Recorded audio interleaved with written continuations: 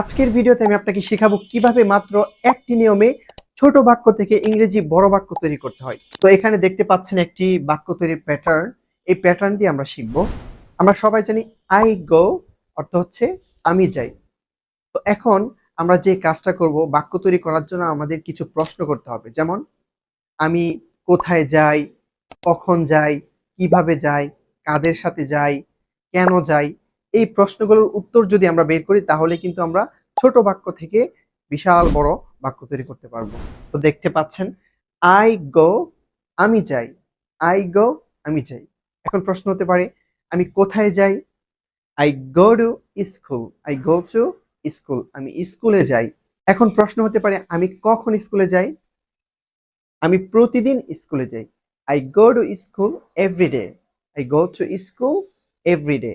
দেখেন এভরিডে শব্দটা বৃদ্ধি করে বাক্যটাকে আরো বড় করেছি। আমি প্রতিদিন স্কুলে যাই। এবার আমরা এই সেন্টেন্সটাকে আরেকটু বড় করতে পারি।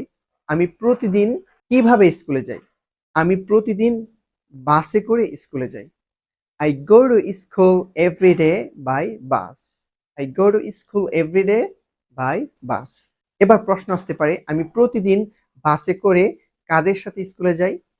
আমি প্রতিদিন বাসে করে আমার বন্ধুদের সাথে স্কুলে যাই। I go to school every day by bus with my friends, with my friends. এবার বাক্যটাকে বড় করতে চাইলে প্রশ্ন করা যেতে পারে আমি প্রতিদিন কেন স্কুলে যাই? I go to school because I want to study, আমি স্কুলে যাই কারণ আমি পড়াশোনা করতে চাই। তো এই চমৎকার মেথডটি ফলো করে আপনি ইংরেজি ছোট বাক্য থেকে বিশাল বড় বড় বাক্য তৈরি করে প্র্যাকটিস করতে পারবেন। তো এখানে যে পৃষ্ঠাটি দেখতে পাচ্ছেন সেটা হচ্ছে আমার বইয়ের একটি পৃষ্ঠা। আমি বইয়ের কাজ করছি। দোয়া করবেন যাতে অতি শীঘ্রই কাজটি শেষ করতে পারি।